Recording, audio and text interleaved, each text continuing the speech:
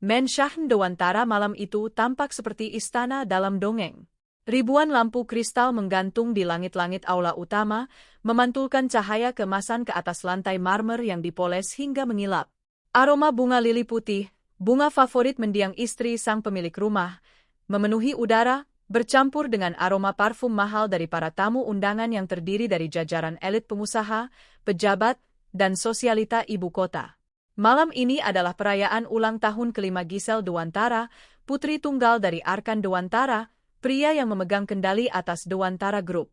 Arkan dikenal sebagai tangan dingin di dunia bisnis. Wajahnya yang tegas, rahang yang kokoh, dan tatapan mata yang tajam seringkali membuat lawan bicaranya gemetar. Namun, malam ini, keangkuhan itu luruh. Arkan berdiri di sudut ruangan, memperhatikan putrinya dengan gundah. Giselle duduk di sebuah kursi beludru besar yang menyerupai singgasana kecil. Ia mengenakan gaun tutu berwarna merah muda pucat dengan mahkota kecil yang bertahtakan berlian asli di kepalanya. Di depannya, sebuah kue ulang tahun setinggi 7 tingkat dengan hiasan istana berdiri megah. Namun, wajah bocah itu tidak memancarkan kegembiraan. Matanya yang bulat tampak berkaca-kaca, kontras dengan tawa riuh rendah para tamu yang sibuk menjilat ayahnya. Giselle sayang, ayo tiup lilinnya, bujuk Arkan dengan suara yang diusahakan selembut mungkin. Ia berlutut di samping kursi putrinya, mengabaikan debu yang mungkin menempel di celana kain mahalnya. Giselle hanya menggeleng kecil. Bibirnya melengkung ke bawah, menahan isak tangis. Papa? Giselle nggak mau kue ini. Lalu Giselle mau apa? Mobil-mobilan listrik yang baru?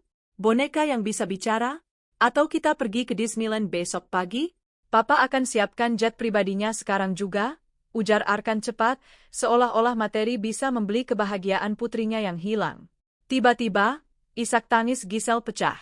Suaranya yang melengking membelah kebisingan pesta, membuat musik orkestra perlahan berhenti dan para tamu mulai berbisik-bisik. Giselle berdiri dari kursinya, berlari kecil menuju jendela besar yang menghadap ke arah gerbang utama Mensyahn yang dijaga ketat oleh petugas keamanan. Giselle mau ibu. Semua temanku punya ibu. Kenapa Giselle nggak punya? Papa bilang ibu pergi ke langit, tapi kenapa ibu nggak pernah turun? Teriak Giselle sambil memukul-mukul kaca jendela yang tebal. Hati Arkan mencelos. Sudah 5 tahun sejak kecelakaan pesawat yang merenggut Laras, istrinya. Jenazahnya tak pernah ditemukan, dan Arkan telah mengerahkan segala sumber daya untuk mencarinya selama 3 tahun penuh sebelum akhirnya dipaksa menyerah oleh kenyataan pahit. Sejak saat itu, Arkan menutup hatinya rapat-rapat. Baginya, mencintai wanita lain adalah bentuk pengkhianatan terhadap Laras. Giselle, dengar papa? Arkan mencoba memegang bahu putrinya, tapi Giselle menepisnya. Tangan mungil Giselle menunjuk keluar gerbang, ke arah jalanan umum yang diterangi lampu jalan yang remang-remang. Di sana, di balik jeruji besi gerbang yang menjulang tinggi, terlihat seorang wanita sedang duduk meringkuk di trotoar. Wanita itu mengenakan jaket yang sudah robek-robek, rambutnya yang kotor menutupi sebagian wajahnya. Ia tampak sedang mencoba menghangatkan diri dari angin malam yang menusuk tulang.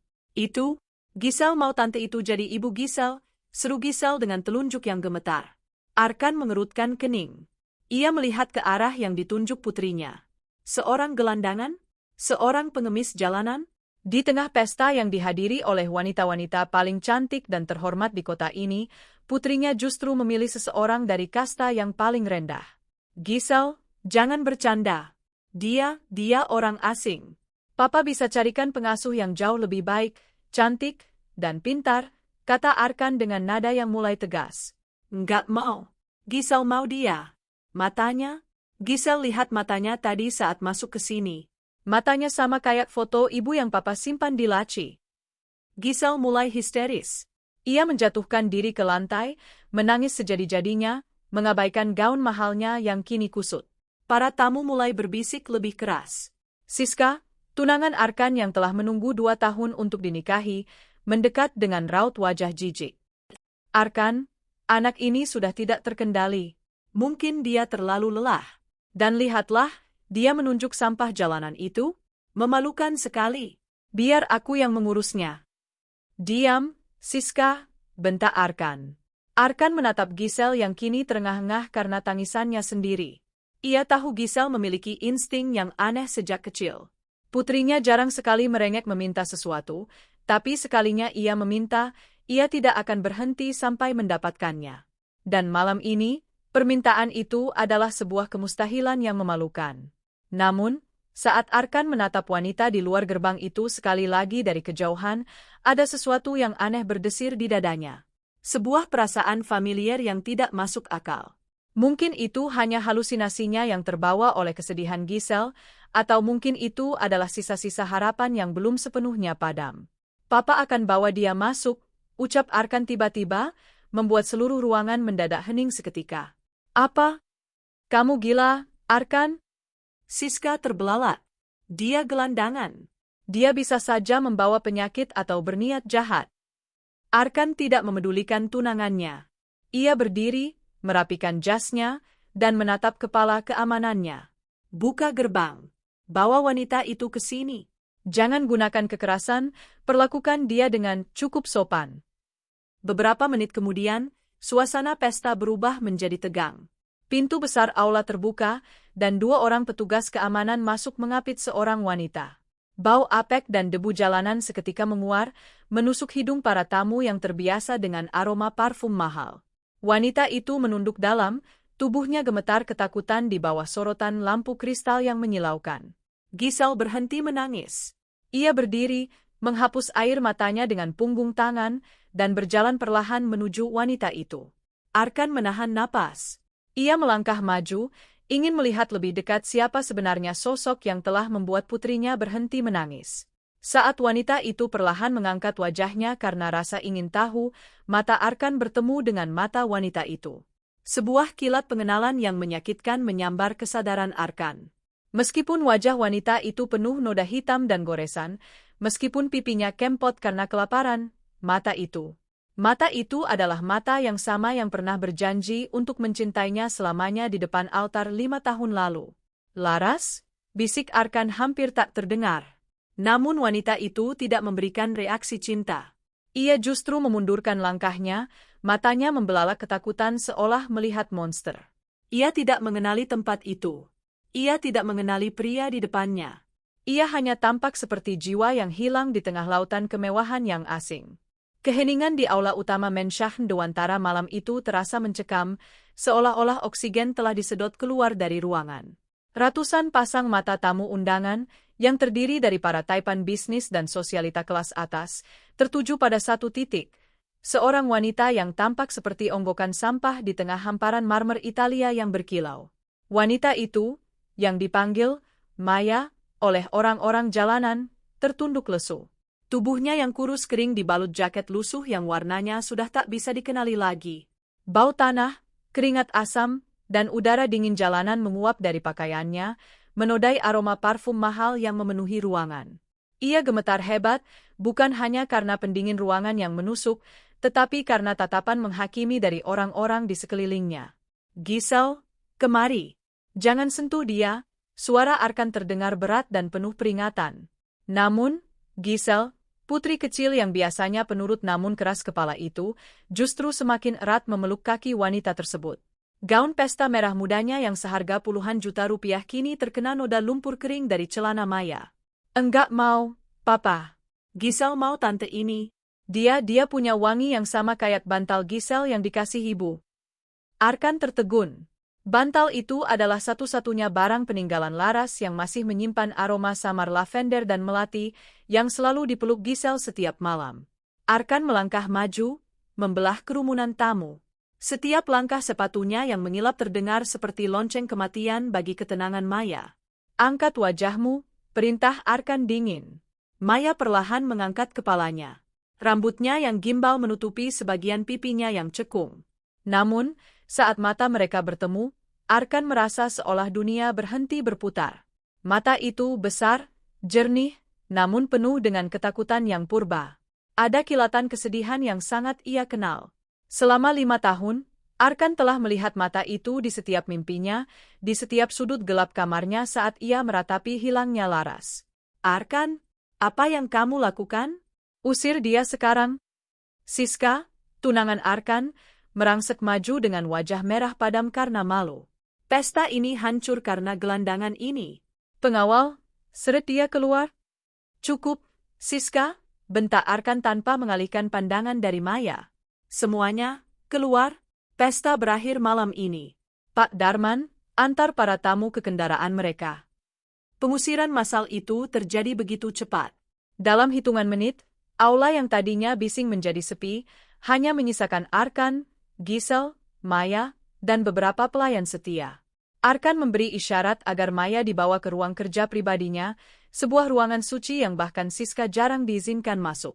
Di dalam ruang kerja yang beraroma kayu cendana dan buku tua, Maya duduk di tepi kursi kulit yang sangat empuk, tampak seolah ia takut kursi itu akan menelannya. Ia menerima secangkir teh hangat dari pelayan dengan tangan yang bergetar hebat. Siapa namamu? Arkan bertanya sambil duduk di hadapannya, matanya menyelidiki setiap inci wajah wanita itu di bawah lampu meja yang terang. Maya, Tuan, suaranya parau, seperti gesekan amplas. Saya tidak tahu kenapa saya di sini. Saya tidak mencuri apa-apa. Tolong lepaskan saya. Maya? Arkan mendengus, merasa nama itu tidak cocok. Di mana tempat tinggalmu? Siapa keluargamu? Wanita itu menggeleng pelan, air mata mulai menggenang di matanya yang lelah. Saya tidak tahu. Saya terbangun di pantai bertahun-tahun lalu. Saya tidak ingat apa-apa sebelum itu. Saya hanya gelandangan, Tuan. Saya tidak punya siapa-siapa. Hati Arkan berdenyut nyeri. Amnesia. Penjelasan yang masuk akal mengapa istrinya tidak pernah kembali jika memang benar ini adalah Laras. Arkan menatap Gisel yang kini duduk di lantai, menyandarkan kepalanya di lutut Maya yang kotor. Pemandangan itu begitu kontras namun terasa sangat benar di mata Arkan. Dengar, Maya, putriku menginginkanmu. Dan sejujurnya, aku tidak peduli siapa kau sebenarnya saat ini. Arkan menarik sebuah map dari laci mejanya, mengeluarkan selembar kertas kontrak. Aku menawarkan sebuah kesepakatan. Kau tinggal di sini, di Menschaffen ini, sebagai pengasuh pribadi Gisel. Maya terperanjat. Saya? Jadi pengasuh? Tapi saya kotor, Tuan. Kau akan dibersihkan. Kau akan diberi pakaian terbaik, makanan terbaik, dan perawatan medis paling canggih. Sebagai gantinya, kau harus bersedia dipanggil, Ibu, oleh Gisel jika dia menginginkannya. Kau harus menemaninya makan, tidur, dan bermain. Arkan menjeda kalimatnya, matanya menajam. Dan kau tidak boleh pergi dari sini tanpa izin dariku. 1 bulan. Aku akan membayarmu 10 miliar rupiah setelah bulan ini berakhir jika kau menjalankan tugasmu dengan baik. 10 miliar. Angka yang tidak masuk akal bagi seorang yang terbiasa mengais sisa makanan di tong sampah. Maya menatap Gisel, lalu menatap Arkan. Ia melihat kesedihan yang sama di mata pria itu, sebuah luka yang dalam yang tersembunyi di balik topeng kekuasaan. Kenapa saya, Tuan? Bisik Maya. Karena putriku memilihmu. Dan di dunia ini, tidak ada yang lebih penting bagiku daripada keinginan putriku, jawab Arkan tegas. Ia menyodorkan pena berlapis emas ke arah Maya. Tanda tangani ini, dan hidupmu sebagai gelandangan berakhir malam ini. Maya ragu sejenak. Tangannya yang kotor meraih pena itu. Saat kulit mereka bersentuhan, sebuah sengatan listrik aneh menjalar ke lengan Arkan, membuatnya tersentak kecil. Maya membubuhkan tanda tangan yang tidak rapi, sebuah goresan yang menunjukkan bahwa ia sudah lama tidak memegang pena. Pak Darman, panggil Arkan. Kepala pelayan itu masuk dengan sigap. Bawa dia ke paviliun tamu. Bersihkan dia. Panggil penata rambut dan dokter pribadi saya. Pastikan dia tampak seperti manusia lagi. Saat Maya bangkit dan dituntun keluar oleh Pak Darman, Gisel mengikuti dengan ceria, memegang erat ujung baju Maya. Arkan berdiri di dekat jendela, memperhatikan bayangan mereka yang menjauh. Ia mengambil sebuah bingkai foto dari mejanya, foto pernikahannya dengan Laras yang tersenyum lebar di pantai. Jika kau benar-benar Laras yang kembali dari kematian, gumam Arkan, aku akan mencari tahu siapa yang membuatmu menjadi seperti ini. Dan aku akan memastikan mereka membayar setiap tetes air mata yang kau jatuhkan di jalanan.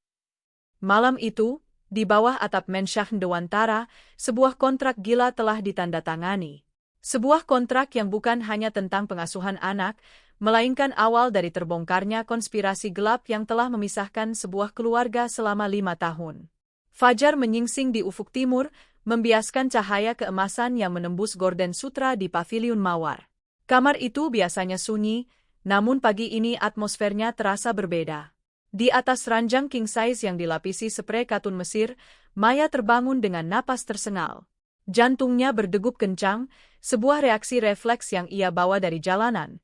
Insting untuk selalu waspada terhadap ancaman saat mata terbuka. Namun, alih-alih aspal keras atau bau sampah yang menyengat, ia merasakan kelembutan yang luar biasa. Aroma lili putih dan lavender memenuhi indera penciumannya. Maya menoleh ke samping dan seketika tubuhnya membeku. Giselle, putri kecil sang bos besar, tidur meringkuk di sampingnya. Bocah itu rupanya menyelinap masuk di tengah malam setelah para pelayan meninggalkan Maya.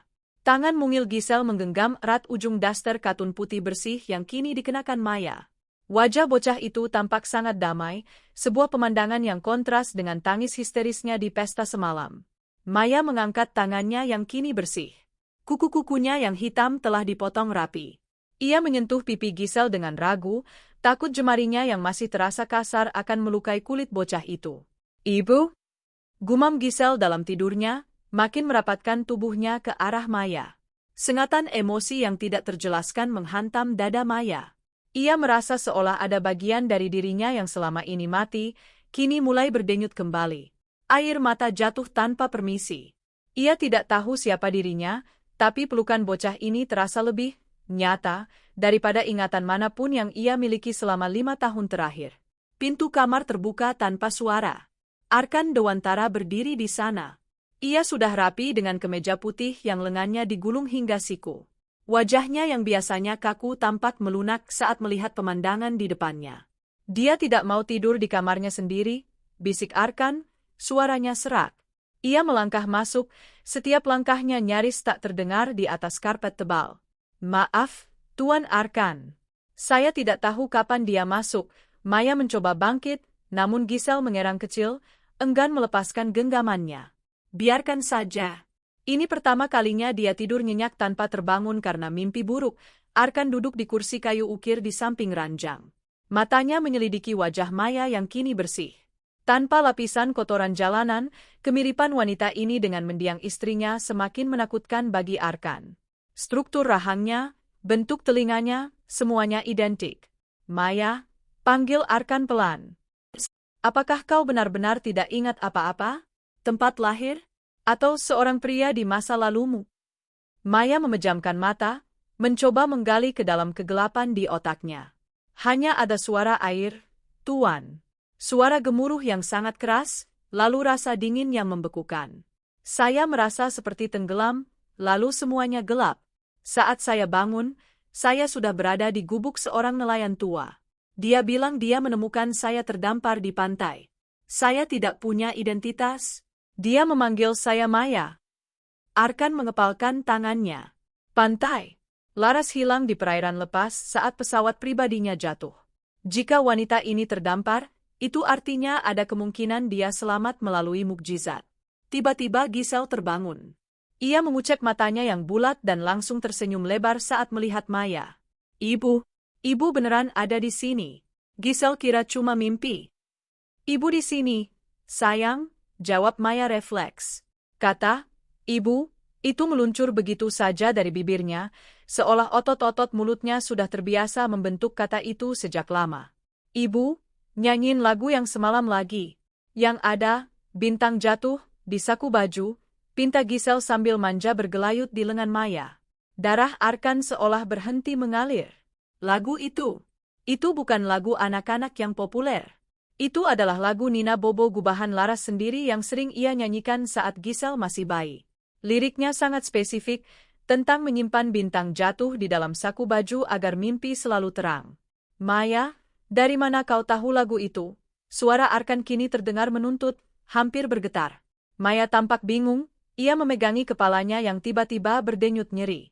Saya tidak tahu, Tuan." Saat Giselle menangis semalam karena mimpi buruk, lagu itu tiba-tiba saja muncul di kepala saya. Rasanya seperti otomatis. Apakah itu lagu yang salah? Arkan tidak menjawab. Ia berdiri dengan terburu-buru, mencoba menyembunyikan badai emosi yang mengamuk di dadanya. Ia tidak boleh gegabah. Logikanya berkata ini mungkin kebetulan, tapi hatinya berteriak bahwa ini adalah istrinya yang kembali dari kematian. Pak Darman. Arkan memanggil kepala pelayannya. Bawa Giselle untuk sarapan. Dan kau, Maya, ikut saya. Dokter saraf terbaik sudah menunggu di ruang medis Menschaffen. Di koridor, saat mereka berjalan, Maya berhenti mendadak di depan sebuah lukisan besar. Lukisan itu menggambarkan pemandangan kebun mawar putih. Tanpa sadar, Maya bergumam pelan, mawar putih ini butuh lebih banyak kalsium agar kelopaknya tidak cepat coklat. Arkan yang berdiri di belakangnya merasa kakinya lemas. Laras adalah seorang sarjana botani yang terobsesi dengan perawatan mawar putihnya. Bagaimana mungkin seorang gelandangan amnesia tahu tentang nutrisi spesifik bunga tersebut? Siapa kau sebenarnya, Maya? Bisik Arkan dalam hati, matanya menatap tajam punggung wanita itu. Harapan yang selama ini terkubur dalam-dalam, kini mulai merayap naik, membawa serta ketakutan akan kenyataan yang mungkin lebih pahit dari kematian. Pagi itu, Menschaffen Dewantara kedatangan rombongan yang tak biasa. Atas perintah tegas Arkan, tim penata gaya, ahli kecantikan, dan perancang busana ternama tiba dengan membawa koper-koper besar berisi pakaian sutra, perhiasan, dan perlengkapan perawatan kulit kelas 1. Arkan ingin menghapus setiap jejak debu jalanan yang melekat pada Maya. Ia ingin melihat, jika lapisan kemiskinan itu dikupas, sosok siapa yang sebenarnya akan muncul di balik lumpur. Maya berdiri kaku di tengah ruang ganti yang luas. Ia merasa seperti manekin yang tidak berdaya saat para pelayan mulai bekerja. Rambutnya yang kemarin sudah dicuci, kini diberi perawatan uap dan vitamin. Kulit wajahnya yang kasar karena terpapar matahari jalanan dibersihkan dengan krim-krim mahal yang terasa dingin dan menenangkan. Tolong, pelan-pelan, bisik Maya saat seorang penata rias mencoba merapikan alisnya. Jangan takut, Nona. Tuan Arkan ingin Anda tampil sempurna hari ini, jawab penata rias itu dengan sopan, meski matanya memancarkan rasa penasaran yang besar terhadap gelandangan beruntung ini. Sementara itu, di ruang kerjanya, Arkan tidak bisa fokus pada laporan keuangan yang ada di depannya. Matanya terus melirik ke arah pintu. Giselle duduk di sofa ruangan itu, sibuk mewarnai gambar seorang wanita dan seorang pria yang memegang tangan anak kecil. Papa, nanti ibu bakal pakai baju cantik ya?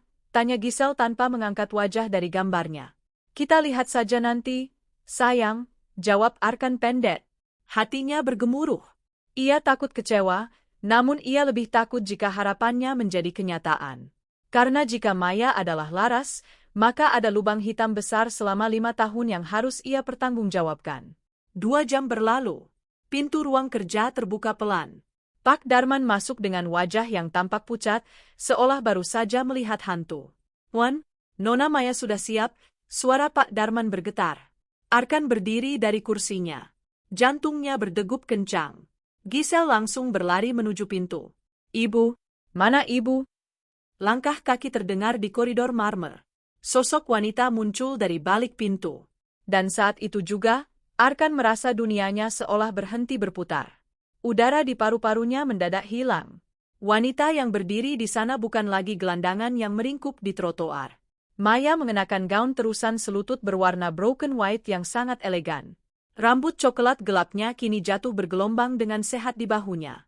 Riasan tipis yang natural menonjolkan tulang pipinya yang tinggi dan matanya yang besar. Namun, yang membuat Arkan nyaris terjatuh adalah keberadaan sebuah tanda lahir kecil berbentuk seperti bulan sabit di belakang telinga kanan Maya yang kini terekspos karena rambutnya disampirkan ke samping. Itu adalah tanda lahir rahasia yang hanya diketahui oleh Arkan. Larth?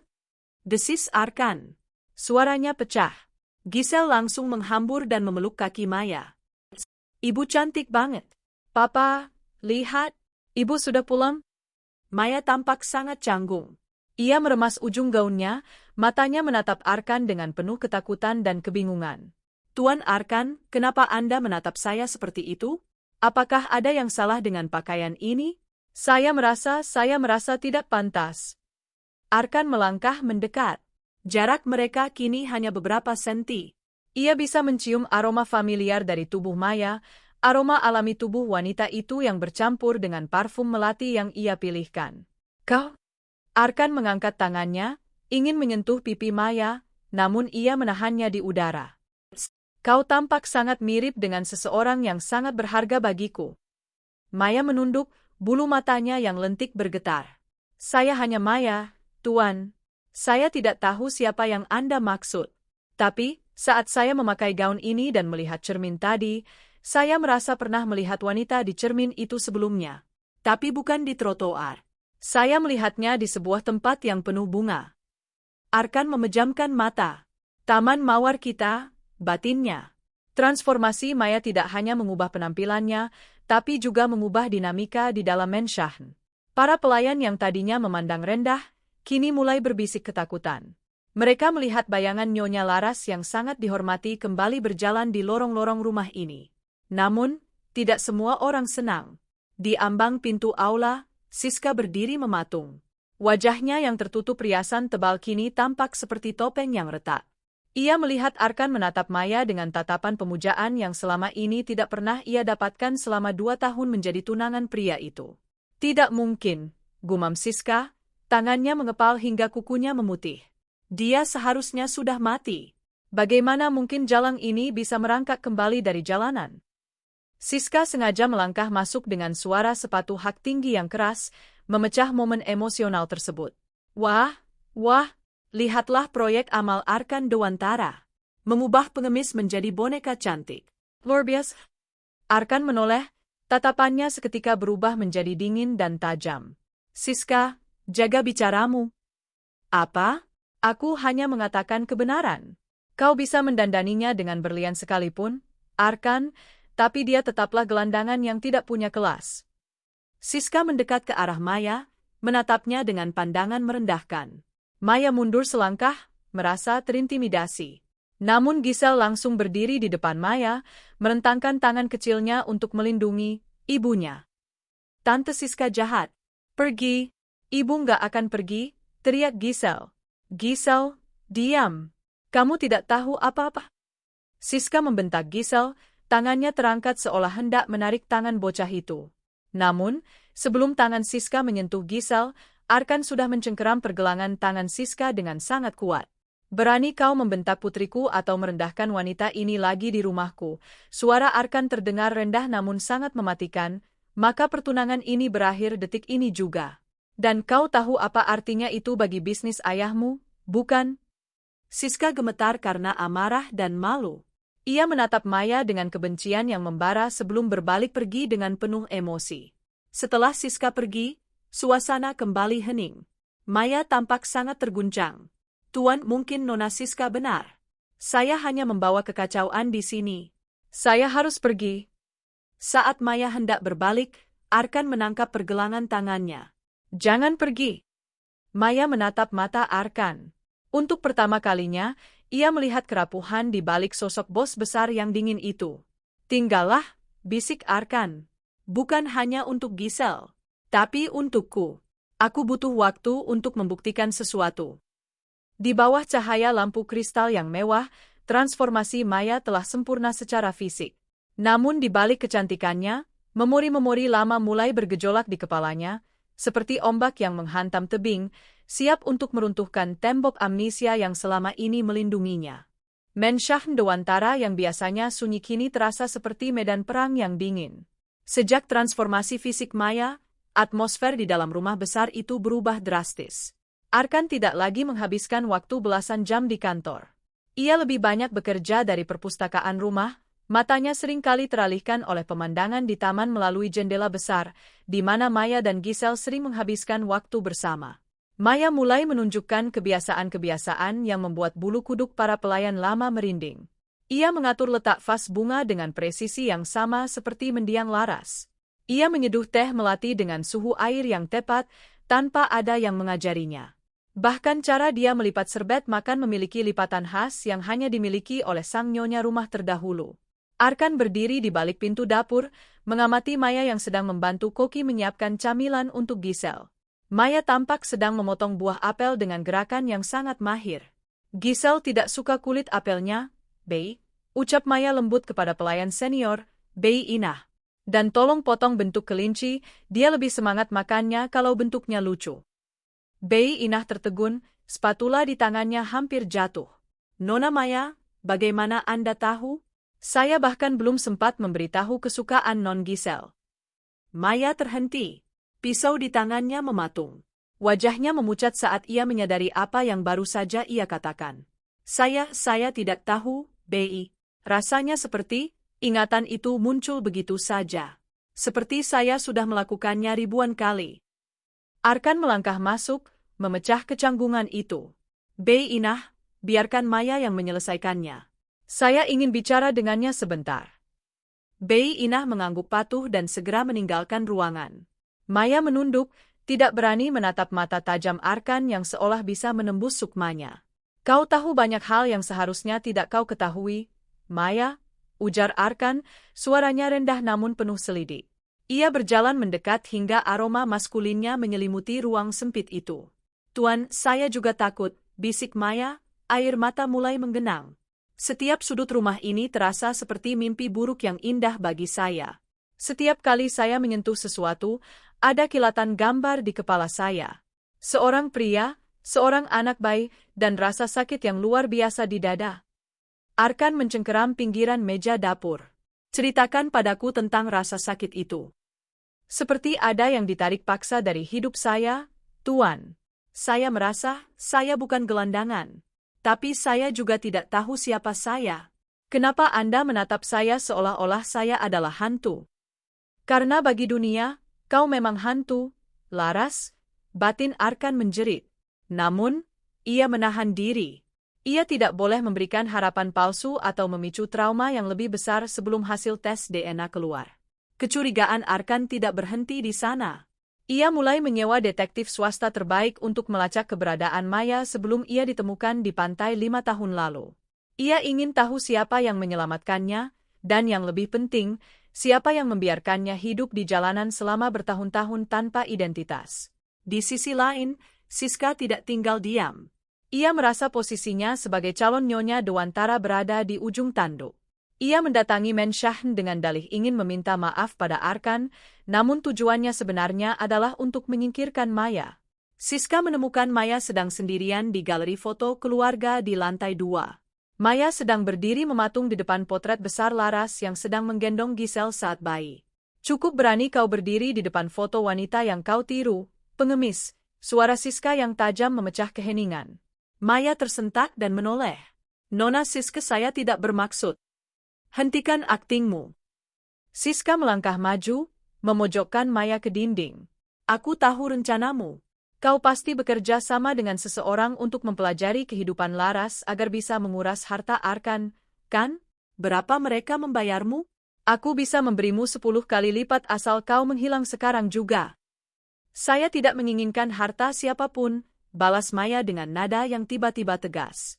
Sesuatu di dalam dirinya bangkit, sebuah harga diri yang selama ini terkubur di bawah tumpukan kardus jalanan. Giselle membutuhkan saya, dan saya merasa saya berhak berada di sini.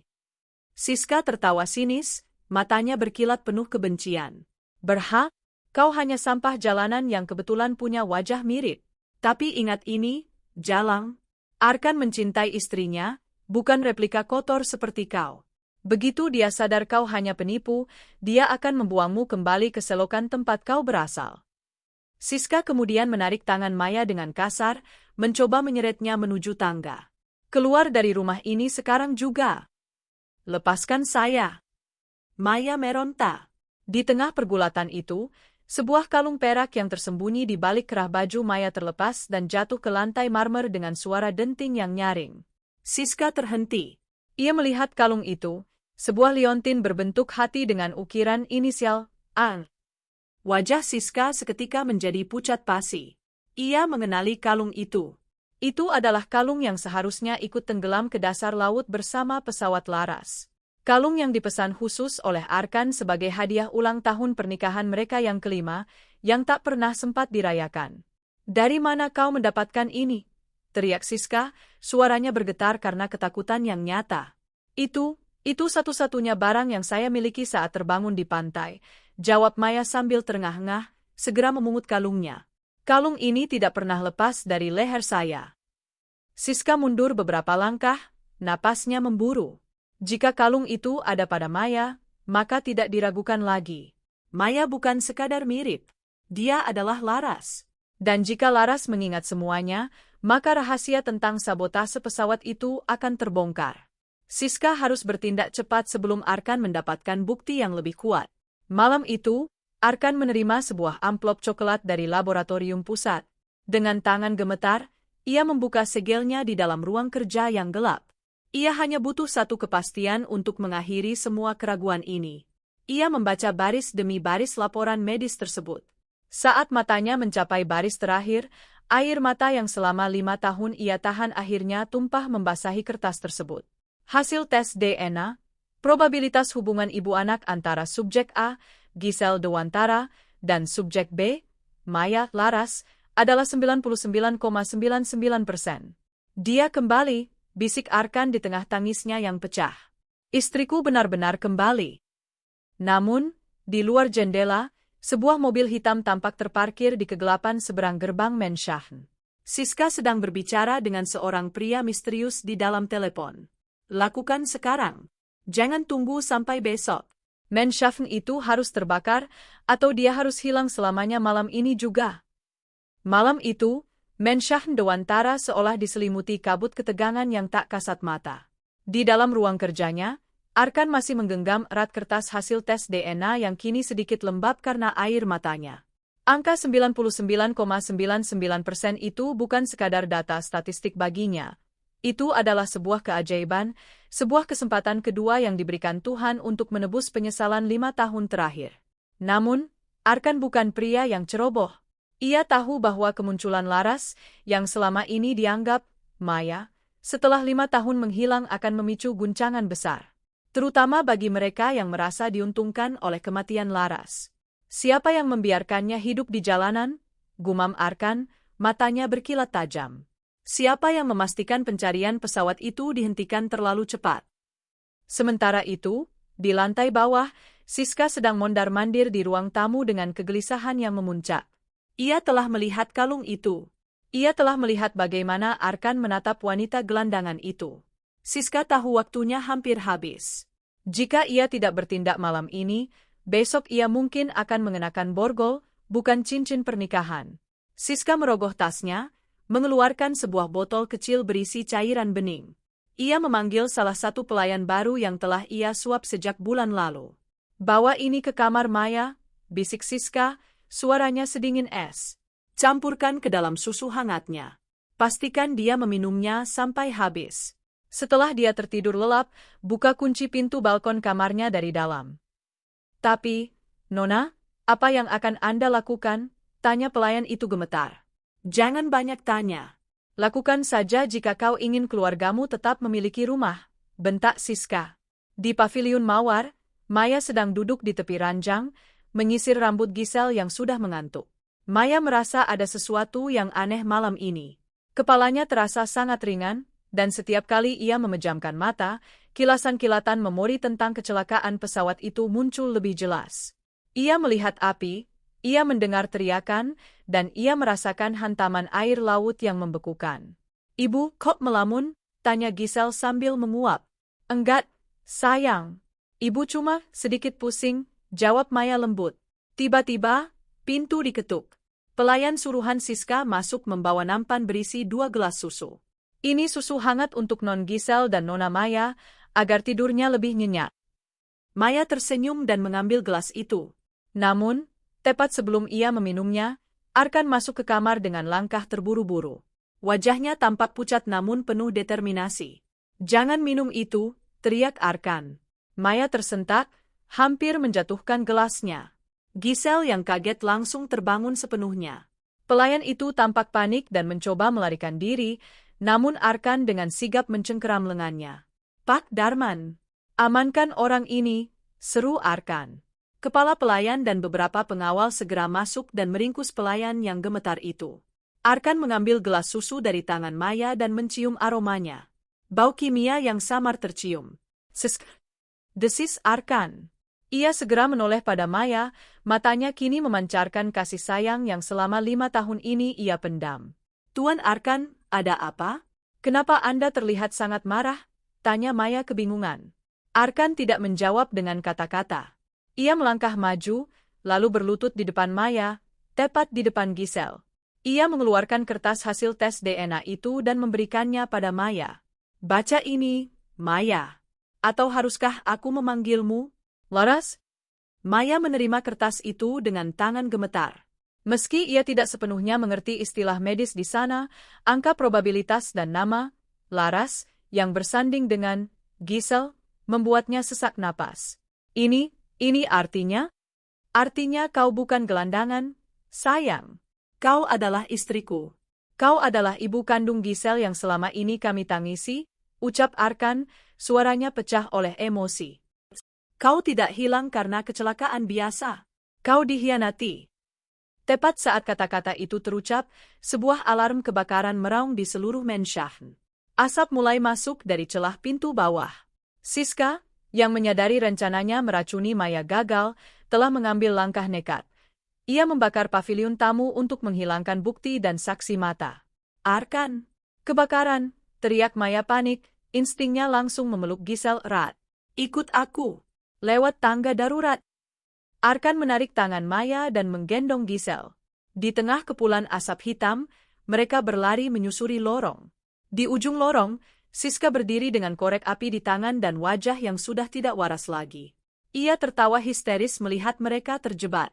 Jika aku tidak bisa memilikimu, Arkan, maka tidak ada yang boleh. Jalang ini seharusnya mati 5 tahun lalu. Aku yang menyuap tim SAR. Aku yang memastikan koordinat pesawatmu salah diberikan kepada tim pencari, teriak Siska di tengah kobaran api yang mulai menjalar ke gorden sutra. Mendengar pengakuan itu, kemarahan Arkan meledak. Namun, keselamatan Maya dan Giselle adalah prioritasnya. Kau gila, Siska. Kau akan membusuk di penjara. Tiba-tiba, sebuah kayu atap yang terbakar jatuh tepat di antara mereka dan Siska. Arkan berhasil menarik Maya dan Giselle menjauh tepat waktu, namun Siska terjebak di sisi lain yang dikelilingi api. Tolong, Arkan, tolong aku, jerit Siska, egonya runtuh seketika saat maut mendekat. Arkan menatap Siska dengan kebencian, namun sebagai manusia, ia tidak bisa membiarkannya mati begitu saja. Ia melepaskan jasnya dan mencoba memadamkan api kecil untuk membuat jalan, namun Maya menahannya. Sudah terlambat, Arkan. Kita harus bawa Giselle keluar, teriak Maya. Dengan sisa tenaga, mereka berhasil keluar ke taman belakang tepat saat tim pemadam kebakaran tiba. Arkan, Maya, dan Giselle jatuh terduduk di atas rumput, menghirup udara segar sebanyak-banyaknya. Giselle menangis ketakutan di pelukan Maya. Arkan memeluk mereka berdua, sangat erat, seolah-olah jika ia melepaskannya sedikit saja, mereka akan menghilang lagi seperti asap. Jangan takut. Aku di sini. Kalian aman. Di kejauhan, Siska berhasil diselamatkan oleh petugas pemadam kebakaran dengan luka bakar di lengannya, namun polisi sudah menunggu dengan borgol di tangan. Pengakuannya di tengah kobaran api tadi telah direkam oleh sistem keamanan Menschachten yang masih berfungsi. Malam itu, di tengah puing-puing paviliun yang terbakar, sebuah rahasia besar telah musnah dimakan api, namun sebuah kebenaran baru saja lahir kembali. Maya, atau kini Laras, menatap langit malam. Memorinya memang belum kembali sepenuhnya, tapi saat Arkan mencium keningnya, ia tahu satu hal pasti. Ia telah pulang. Sisa-sisa aroma hangus masih menggelayut di udara Menschachten Dewantara pagi itu, meski tim pembersih telah bekerja sepanjang malam. Paviliun tamu kini dipasangi garis polisi, sementara Siska telah dibawa ke markas kepolisian untuk penyidikan lebih lanjut atas percobaan pembunuhan dan sabotase. Namun, bagi Arkan, kehancuran fisik bangunan itu tidak ada artinya dibandingkan kenyataan bahwa sosok di depannya benar-benar istrinya. Laras, yang kini perlahan menanggalkan nama Maya, duduk di tepi ranjang kamar utama. Kamar ini adalah jantung dari Menschachten, tempat yang selama 5 tahun ini dikunci rapat oleh Arkan karena kenangannya terlalu menyakitkan. Di dinding, sebuah foto pernikahan mereka dalam ukuran besar masih terpampang nyata. Kamar ini, aku merasa pernah berada di sini, bisik Laras, Jemarinya menyentuh sprei sutra berwarna abu-abu perak. Aku ingat wangi parfum maskulin ini. Aku ingat suara tawa seorang pria yang membangunkanku setiap pagi. Arkan mendekat, duduk di sampingnya dengan sangat hati-hati, seolah Laras adalah porselen retak yang bisa hancur kapan saja. Pria itu adalah aku, Laras, dan aku bersumpah tidak akan pernah membiarkanmu kedinginan lagi di luar sana. Namun, meski tes DNA sudah membuktikan segalanya, memori Laras masih terasa seperti kepingan puzzle yang berserakan di dasar laut. Ia tahu dia adalah Laras secara logika, tapi jiwanya masih merasa asing dengan kemewahan ini. Papa, Ibu. Giselle berlari masuk ke kamar, membawa sebuah kotak kayu kecil yang tampak tua. Lihat apa yang Giselle temukan di gudang bawah tanah.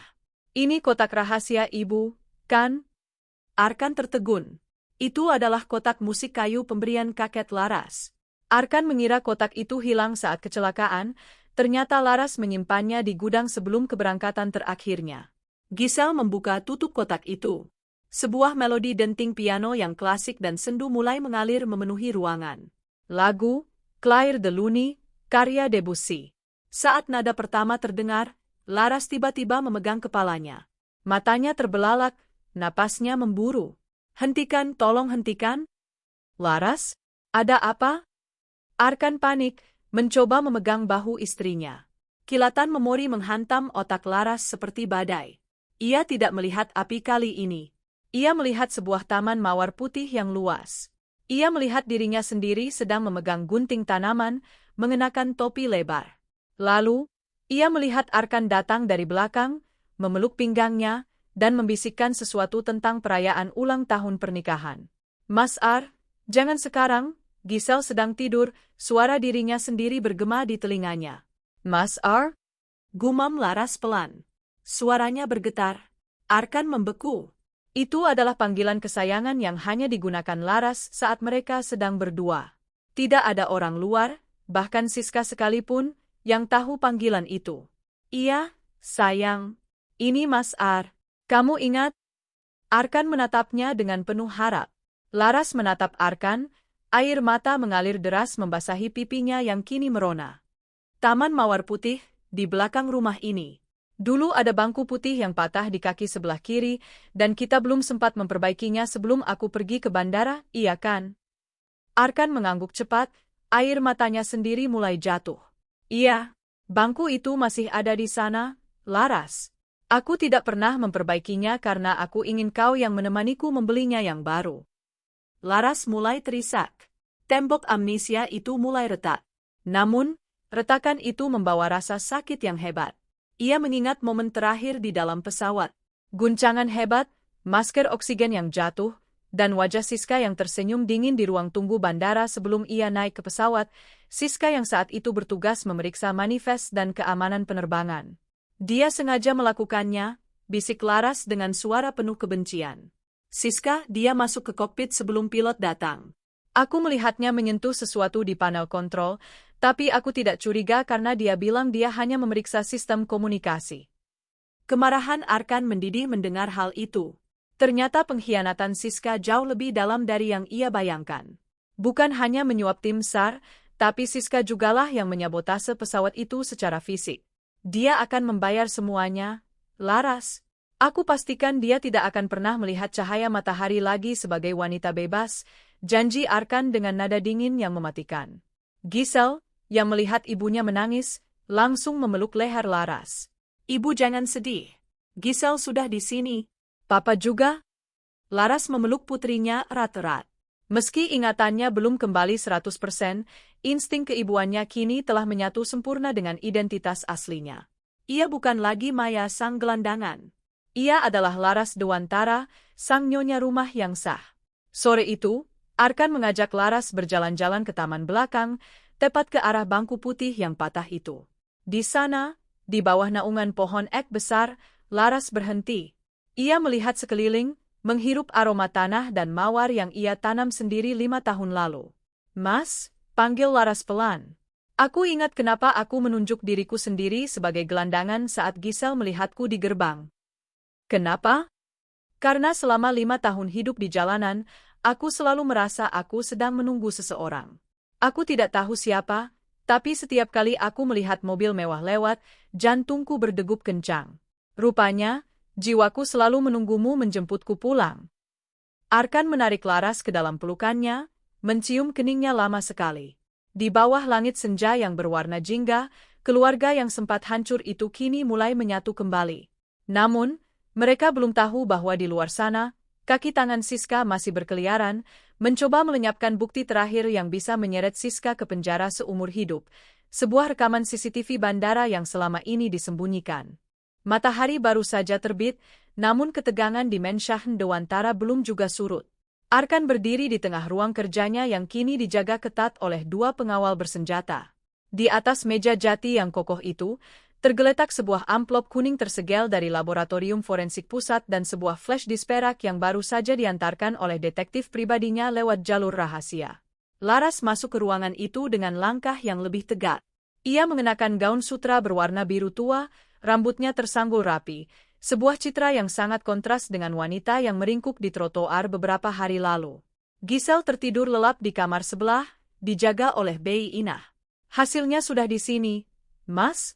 Tanya Laras, suaranya sedikit bergetar namun penuh determinasi. Arkan mengangguk. Ia merobek segel amplop itu. Barisan angka dan istilah medis memenuhi kertas putih di dalamnya. Arkan membacanya dengan teliti, dari atas ke bawah, memastikan tidak ada satu celah pun untuk keraguan. Sesuai dugaan kita, Arkan membalikkan kertas itu agar Laras bisa melihatnya. Akurasi 99,99%. Kau adalah ibu biologis Giselle. Kau adalah Larasku. Tidak ada lagi keraguan secara hukum maupun medis. Laras menyentuh kertas itu dengan ujung jarinya, seolah ingin memastikan bahwa ini bukan sekadar mimpi indah di tengah penderitaan panjangnya. Namun, Arkan belum selesai. Ia memasukkan flash disk perak itu ke dalam laptopnya. Detektifku berhasil meretas penyimpanan awan milik mantan asisten pribadi Siska yang melarikan diri ke luar negeri semalam. Lihat ini, Arkan memutar sebuah video hitam putih. Video itu berasal dari kamera CCTV tersembunyi di hangar pribadi Dewantara Group tertanggal 5 tahun lalu. Di sana, terlihat Siska masuk ke dalam kokpit pesawat Laras beberapa jam sebelum keberangkatan. Ia tampak mengutak-atik sistem navigasi dan memutuskan kabel cadangan oksigen. Siska tidak menyadari bahwa Laras sempat masuk ke dalam hangar untuk mengambil tas yang tertinggal, namun Laras hanya melihat punggung Siska dan mengira saudaranya itu sedang membantu memeriksa kesiapan kru. Dia sengaja ingin membunuhku, bisik Laras, matanya membelalak melihat pengkhianatan yang begitu nyata. Dia tahu aku akan melewati jalur laut yang rapi, dan dia ingin aku tenggelam tanpa jejak. Bukan hanya itu, Arkan membuka dokumen lain. Ini adalah catatan transaksi keuangan. Siska menyuap koordinator tim SAR untuk mengalihkan pencarian ke arah utara, padahal sinyal darurat terakhirmu tertangkap di arah selatan, tempat kau akhirnya ditemukan oleh nelayan itu. Kemarahan yang murni terpancar dari wajah Arkan. Ia segera menekan tombol interkom di mejanya. Hubungi pengacara utama kita dan serahkan semua bukti ini ke markas kepolisian sekarang juga. Pastikan tuduhan Siska ditingkatkan menjadi percobaan pembunuhan berencana dan sabotase transportasi udara. Namun, saat Arkan sedang memberikan instruksi, pintu ruang kerja digedor dengan kasar. Pak Darman masuk dengan wajah pucat. Tuan, ada panggilan dari rumah sakit kepolisian. Siska, dia melarikan diri saat akan dipindahkan ke sel tahanan pusat. Dia melukai petugas dan mencuri kendaraan medis. Laras tersentak. Instingnya langsung tertuju pada putrinya. Giselle, Mas, Giselle? Arkan tidak membuang waktu. Ia menyambar senjatanya dari laci meja dan menarik tangan Laras. Ke kamar Giselle, sekarang. Mereka berlari melintasi lorong, jantung berdegup kencang. Saat mereka sampai di depan kamar Giselle, pintu sudah terbuka lebar. Bei Inah tergeletak pingsan di lantai, dan tempat tidur Giselle kosong. Di atas bantal Giselle, terdapat sebuah mawar putih yang telah diremas hingga hancur dan selembar catatan kecil bertuliskan. Jika kau menginginkan bocah ini kembali, datanglah ke dermaga lama. Sendiri, tanpa polisi. Jika aku hancur, maka kebahagiaanmu juga harus hancur, Laras. Laras lemas, hampir jatuh jika Arkan tidak menahannya. Dia sudah gila, Mas. Siska sudah kehilangan akal sehatnya. Dia akan melakukan apa saja. Arkan menatap mata Laras dengan tajam. Dia membuat satu kesalahan besar, Laras. Dia meremehkan seorang ayah yang baru saja mendapatkan kembali keluarganya. Aku tidak akan membiarkan dia menyentuh sehelai rambut pun dari Giselle. Aku ikut, Mas. Aku harus menyelamatkan putriku, tegas Laras. Tidak, Laras. Ini berbahaya. Dia menginginkanku. Dia membenciku. Jika kau pergi sendiri, dia akan curiga. Biarkan aku menjadi pengalih perhatian sementara pengawalmu mengepung dermaga dari arah laut. Aku bukan lagi wanita lemah yang bisa dia tindas di jalanan, Arkan. Aku adalah ibunya Giselle. Melihat api keberanian di mata istrinya, Arkan akhirnya mengangguk. Baik, tapi kau harus memakai rompi pelindung dan tidak boleh lepas dari jangkauan pandanganku. Malam itu, di bawah guyuran hujan gerimis yang mulai membasahi kota, Arkan dan Laras meluncur menuju dermaga lama yang terbengkalai. Tempat di mana 5 tahun lalu, pencarian Laras seharusnya dimulai, dan kini tempat di mana kebenaran akhir akan diperjuangkan dengan nyawa sebagai taruhannya. Dermaga lama itu tampak seperti kerangka raksasa yang membusuk di pinggiran kota. Suara ombak yang menghantam tiang-tiang pancang beton terdengar seperti detak jantung yang gelisah. Hujan gerimis kini telah berubah menjadi badai kecil, menyamarkan langkah kaki Arkan dan Laras yang menyusup di antara kontainer-kontainer tua yang berkarat. Arkan menggenggam tangan Laras dengan erat, sementara tangan lainnya memegang senjata dengan siaga. Di telinganya, sebuah RPG kecil terpasang, menghubungkannya dengan tim penembak jitu yang sudah mengepung area tersebut dari kejauhan. Ingat, Laras, begitu aku memberi tanda, kau harus tiarap, bisik Arkan pelan. Laras mengangguk, matanya tajam menyapu kegelapan. Keberanian yang muncul dari naluri seorang ibu telah menghapus sisa-sisa ketakutannya sebagai Maya. Di sana, Laras menunjuk ke sebuah gudang tua di ujung dermaga yang lampunya berkedip-kedip. Mereka melangkah masuk ke dalam gudang yang pengap oleh bau garam dan oli. Di tengah ruangan, di bawah satu lampu gantung yang bergoyang, Giselle duduk terikat di sebuah kursi kayu kecil. Mulutnya diplester, namun matanya yang bulat tampak penuh air mata saat melihat orang tuanya datang. Giselle, teriak Laras, hendak berlari maju, namun Arkan menahannya. Selamat datang di pesta perpisahan kita, Laras. Suara melengking Siska bergema dari kegelapan di atas balkon lantai 2 gudang. Siska muncul dengan penampilan yang mengerikan.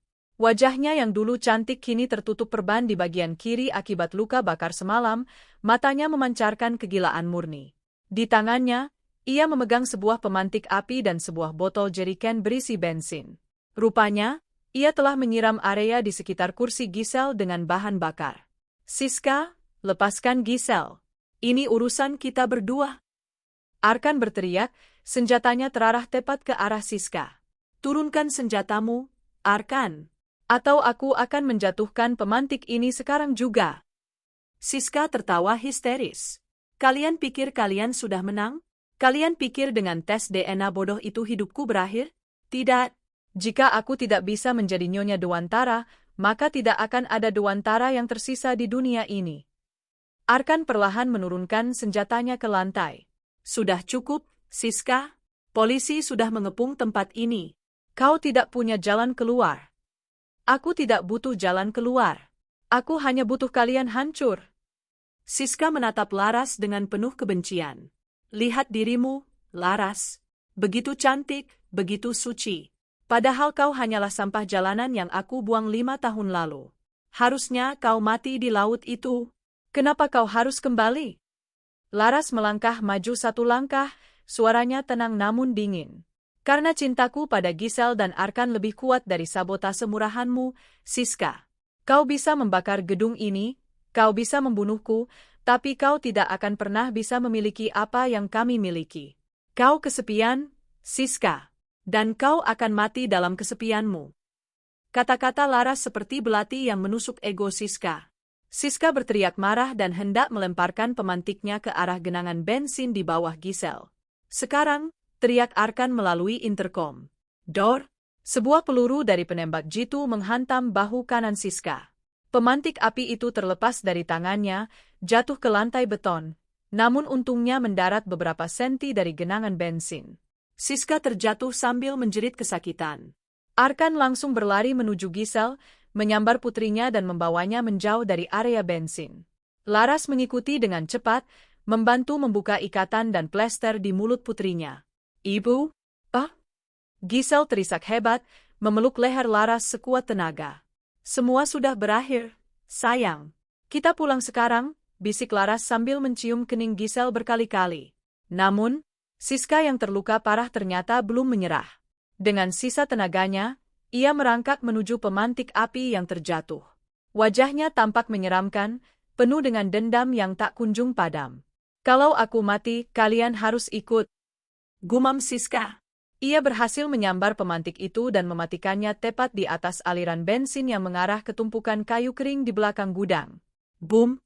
Ledakan kecil terjadi, api langsung menjalar dengan cepat, melahap struktur gudang yang sudah tua.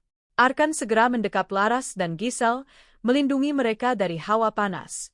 "Keluar, sekarang," perintah Arkan. Mereka berlari keluar tepat saat atap gudang mulai runtuh. Di belakang mereka, Siska tertawa di tengah kobaran api yang kini mengepungnya sepenuhnya. Ia memilih untuk musnah bersama dendamnya daripada harus mendekam di balik jeruji besi seumur hidup. Saat mereka sampai di luar, puluhan mobil polisi dan ambulans telah tiba. Petugas pemadam kebakaran segera bergerak menjinakkan api, namun gudang itu sudah menjadi tumpukan abu dalam waktu singkat. Laras jatuh terduduk di atas aspal dermaga yang basah, memeluk Giselle erat. Arkan berlutut di samping mereka, merangkul keduanya dengan tangan yang gemetar.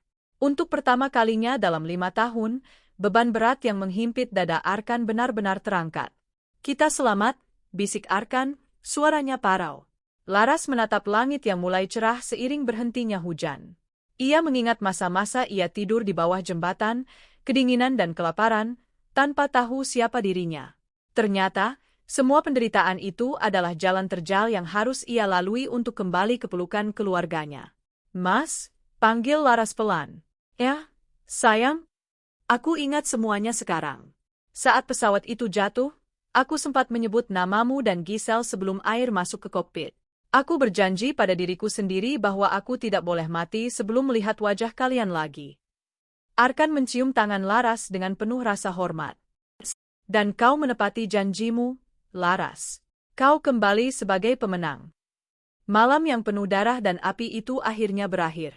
Musuh yang berada di dalam selimut selama bertahun-tahun kini telah musnah. Namun, bagi keluarga Dewantara, ini bukanlah akhir, melainkan sebuah awal baru untuk membangun kembali istana mereka yang sempat retak. 1 bulan telah berlalu sejak malam yang mencekam di dermaga lama. Bekas luka di bahu Arkan akibat serpihan ledakan sudah mengering, menyisakan garis tipis yang ia anggap sebagai tanda kemenangan.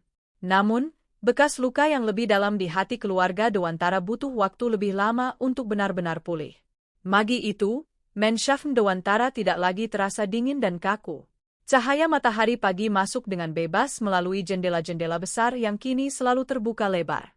Aroma masakan dari dapur bercampur dengan wangi mawar putih yang mulai bermekaran di taman belakang. Laras berdiri di depan cermin besar di kamar utama. Ia mengenakan gaun sutra berwarna putih tulang dengan sulaman emas di bagian pinggang. Rambutnya dibiarkan tergerai alami, hanya dihiasi jepit rambut berlian pemberian Arkan. Wajahnya kini kembali penuh, rona merah di pipinya menandakan kesehatan yang telah pulih sepenuhnya. "Masih merasa seperti mimpi?" Suara berat Arkan terdengar dari pantulan cermin. Arkan melangkah mendekat, mengenakan setelan jas hitam yang sempurna. Ia melingkarkan lengannya di pinggang Laras dan menyandarkan dagunya di bahu istrinya. "Kau cantik sekali hari ini, Laras." Laras tersenyum, menyentuh tangan Arkan yang mendekapnya. "Aku hanya berpikir, Mas, sebulan yang lalu aku masih duduk di trotoar, tidak tahu siapa namaku. Sekarang, aku kembali berdiri di sini, bersiap untuk pesta peresmian yayasan baru kita." "Yayasan Laras Dewantara," Arkan mengecup pelipis istrinya. "Tempat bagi mereka yang kehilangan arah di jalanan. Kau ingin membantu mereka yang bernasib sama sepertimu, dan aku akan memastikan yayasan itu menjadi yang terbaik di negeri ini." Setelah pemakaman Siska yang sepi, hanya dihadiri oleh pengacara keluarganya, Arkan memutuskan untuk menutup lembaran hitam itu selamanya. Ia membersihkan nama Laras di mata publik, menjelaskan melalui konferensi pers bahwa istrinya selama ini mengalami amnesia akibat kecelakaan dan akhirnya ditemukan kembali berkat insting putri mereka. "Ibu, Papa, ayo turun. Tamunya sudah datang," teriak Giselle dari bawah tangga. Giselle berlari masuk ke kamar, mengenakan gaun yang serasi dengan Laras. Bocah itu tampak jauh lebih ceria, berat badannya bertambah, dan matanya tidak lagi memancarkan ketakutan. Baginya, keajaiban itu nyata. Ibunya benar-benar turun dari langit lewat bantuan seorang pengemis yang ternyata adalah pahlawannya sendiri. Mereka turun ke aula utama, tempat pesta ulang tahun Giselle yang tertunda kini dirayakan kembali bersamaan dengan peresmian yayasan. Para pelayan berdiri berjejer, menunduk hormat dengan senyum tulus. Bei Inah menyeka air matanya saat melihat Laras berjalan menuruni tangga dengan anggun, menggandeng Arkan dan Giselle. "Selamat datang kembali di rumah yang sesungguhnya, Nyonya," bisik Pak Darman saat mereka melewati pintu besar. Pesta berlangsung dengan hangat. Tidak ada lagi sindiran sinis dari para sosialita, karena Arkan telah menunjukkan kepada dunia betapa ia sangat mencintai dan menghormati istrinya. Di tengah acara, Arkan naik ke atas panggung kecil dan meminta perhatian para tamu. 5 tahun yang lalu, aku kehilangan separuh jiwaku, ujar Arkan, suaranya terdengar emosional namun kuat. "Aku hidup dalam kegelapan, menyembunyikan rasa sakit di balik tembok kekuasaan. Tapi putriku, Giselle, mengajarkanku bahwa cinta tidak pernah benar-benar hilang. Cinta hanya menunggu untuk ditemukan kembali." Arkan mengulurkan tangannya ke arah Laras. Laras naik ke panggung, disambut tepuk tangan riuh yang seolah tak kunjung usai. "Wanita di sampingku ini adalah bukti bahwa keajaiban itu ada. Dia bukan hanya istriku, dia adalah pejuang. Dan mulai hari ini, Mensyahn Dewantara bukan lagi sekadar bangunan megah, tapi sebuah rumah yang penuh dengan cinta," lanjut Arkan. Saat senja mulai turun, pesta perlahan berakhir. Keluarga kecil itu berjalan menuju taman belakang, ke arah bangku putih yang kini sudah diperbaiki dan dicat ulang dengan rapi. Mereka duduk bertiga di sana, menatap langit yang berwarna keunguan. Giselle duduk di tengah, memegang tangan papa dan ibunya. "Ibu, nanti malam nyanyiin lagu Bintang Jatuh lagi ya?" "Tentu, sayang. Setiap malam, sampai Giselle bosan," jawab Laras sambil mengelus rambut putrinya. Laras menyandarkan kepalanya di bahu Arkan. Ia menatap kalung perak berinisial AL yang masih melingkar di lehernya, benda satu-satunya yang setia menemaninya saat ia menderita di jalanan. Dahulu, kalung itu adalah satu-satunya pengingat akan identitasnya yang hilang. Sekarang, kalung itu adalah simbol dari janji yang telah ditepati. "Terima kasih sudah tidak menyerah mencariku, Mas," bisik Laras. "Terima kasih sudah bertahan untuk kembali padaku, Laras," balas Arkan pelan. Di bawah naungan pohon ek besar, sang ratu telah kembali ke singgasananya. Bukan karena harta atau tahta, melainkan karena cinta seorang anak yang mengenali ibunya meskipun tertutup lumpur dan debu jalanan. Kisah gelandangan misterius itu berakhir di sini, berubah menjadi legenda tentang kesetiaan yang melampaui maut dan ingatan yang hilang. Mensyahn Dewantara kini benar-benar bersinar, lebih terang dari ribuan lampu kristal yang pernah menghiasinya. Karena di dalamnya, ada sebuah keluarga yang utuh, yang telah melewati badai dan kini berlabuh di dermaga kebahagiaan yang abadi. Tamat.